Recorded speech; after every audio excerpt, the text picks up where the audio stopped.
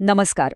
कल्पना करा 2025 साल उजाडतंय, नवीन वर्षाची संध्याकाळ आहे आणि जगातल्या सगळ्या मोठ्या नेत्यांच्या हातात एक पत्र पडतं. पण हे पत्र कुठल्या देशाकडून किंवा सरकारकडून नाहीये.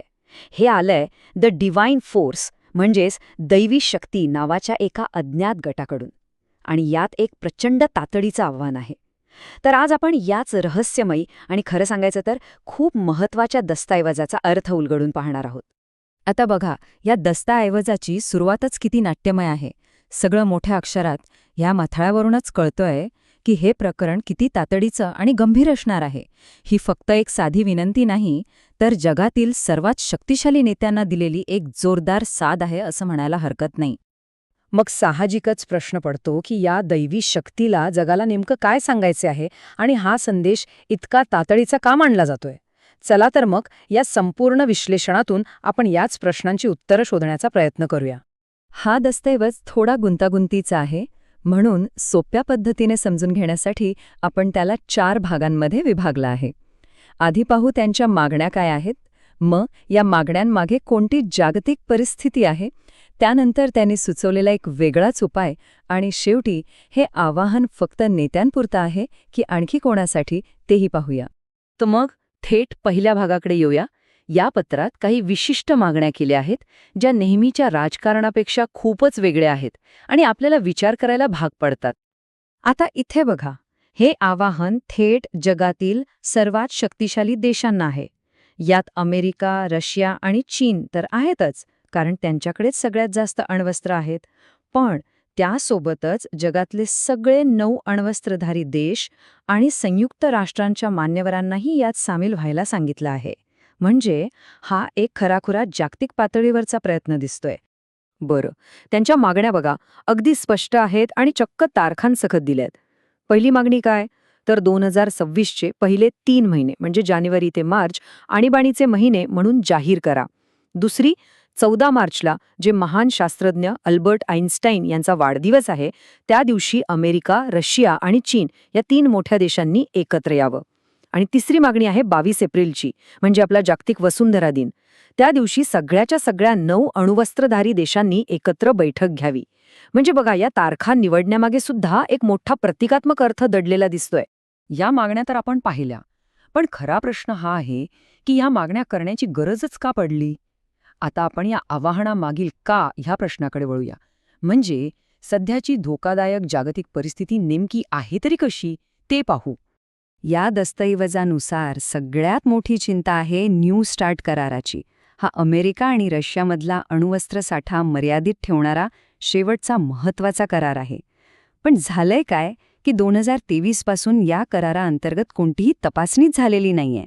आणि जर हा करार संपला न, तर अनेक दशकानंतर पहिल्यांदाच जगातील 2 मोठ्या अणुवस्त्रधारी शक्तींवर कोणतंही बंधन राहणार नाहीये आणि मग एक अनियंत्रित स्पर्धाच सुरू होईल. फक्त हे आकडे बघा एकदा. हे केवळ आकडे नाहीत, तर धोक्याची तीव्रता दाखवतायत. रशिया आणि अमेरिकेकडे प्रत्येकी 5,000पेक्षा जास्त अणुबॉम्ब आहेत. तर चीनचा साठाही 600च्या पुढे गेलाय आणि तो वेगाने वाढतोय. विचार करा, या परिस्थितीत एक छोटीशी चूक सुद्धा किती महागात पडू शकते. ही स्पर्धा कशी वाढतेय ते इथे अजून स्पष्ट दिसतंय. अमेरिका आपल्या शस्त्रास्त्रांच्या आधुनिकीकरणावर जवळपास $946 अब्ज खर्च करतेय. रशिया नवीन प्रकारची शस्त्र आणतोय आणि अणुबॉम्ब वापराचे नियम बदलतोय. आणि चीन तर सगळ्यात वेगाने आपली क्षमता वाढवतोय. तब्बल 350पेक्षा जास्त नवीन मिसाईल प्रक्षेपण स्थळं बांधतोय.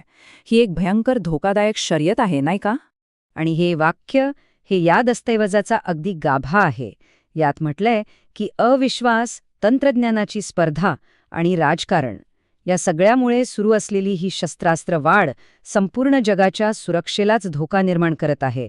अगदी थेट आणि स्पष्ट इशारा. बरं, आता समस्या इतकी गंभीर आहे, मग उपाय काय? तर यावर हा दस्तावेज एक खूपच वेगळा, नेहमीच्या राजकारणापेक्षा पूर्णपणे भिन्न असा उपाय सुचवतो. चला पाहूया तो नक्की काय आहे. त्यांच्या उपायाचा केंद्रबिंदू आहे UBUMUD ही संकल्पना. आता ही काय भानगड आहे, तर सोप्या भाषेत सांगायचं, UB म्हणजे विश्वबंधुत्व, आपण सगळे एक आहोत ही भावना. UM म्हणजे एकत्रित गुरु, जगातील सर्व आध्यात्मिक नेते आणि विचारवंत. आणि UD म्हणजे सार्वत्रिक निरस्त्रीकरण. त्यांच्या मते निसर्गाच्या संतुलनाप्रमाणेच या 3 गोष्टी एकत्र आल्या तरच जगात शांतता नांदू शकते. या तत्वज्ञानाची मुळं पूर्णपणे आध्यात्मिक आहेत. हे शक्तीच्या कृपेने मिळालेलं ज्ञान आहे असे यात म्हटलं आहे. म्हणजे ही कुठलीही राजकीय योजना नाही, तर एक वैश्विक आज्ञा आहे. ज्याप्रमाणे अणूमधले इलेक्ट्रॉन, प्रोटॉन आणि न्यूट्रॉन एकत्र येऊन संतुलन साधतात, अगदी तसंच हे तत्वज्ञान काम करतं. आणि याचा उद्देश शस्त्र नाही, तर प्रेम आणि प्रार्थनेच्या माध्यमातून लोकांची मनं आणि व्यवस्था बदलणं हा आहे. आणि हो, या दस्तऐवजात एक स्पष्ट ध्येयसुद्धा दिलं आहे. त्यांचं अंतिम उद्दिष्ट आहे 2034 सालापर्यंत संपूर्ण पृथ्वीला महासंहारक शस्त्रांपासून मुक्त करणे. खूप मोठं पण तितकंच महत्त्वाचं स्वप्न आहे हे. आता आपण शेवटच्या भागाकडे वळूया. आणि यात एक खास गोष्ट आहे. हे आवाहन फक्त सरकारांसाठी नाहीये, तर समाजातील इतर महत्त्वाच्या घटकांनाही आहे, जे खरं तर मोठा बदल घडवू शकतात. यात आजच्या काळातल्या सर्वात महत्त्वाच्या तंत्रज्ञानाच्या म्हणजेच एआयच्या संशोधकांना थेट आवाहन केलंय.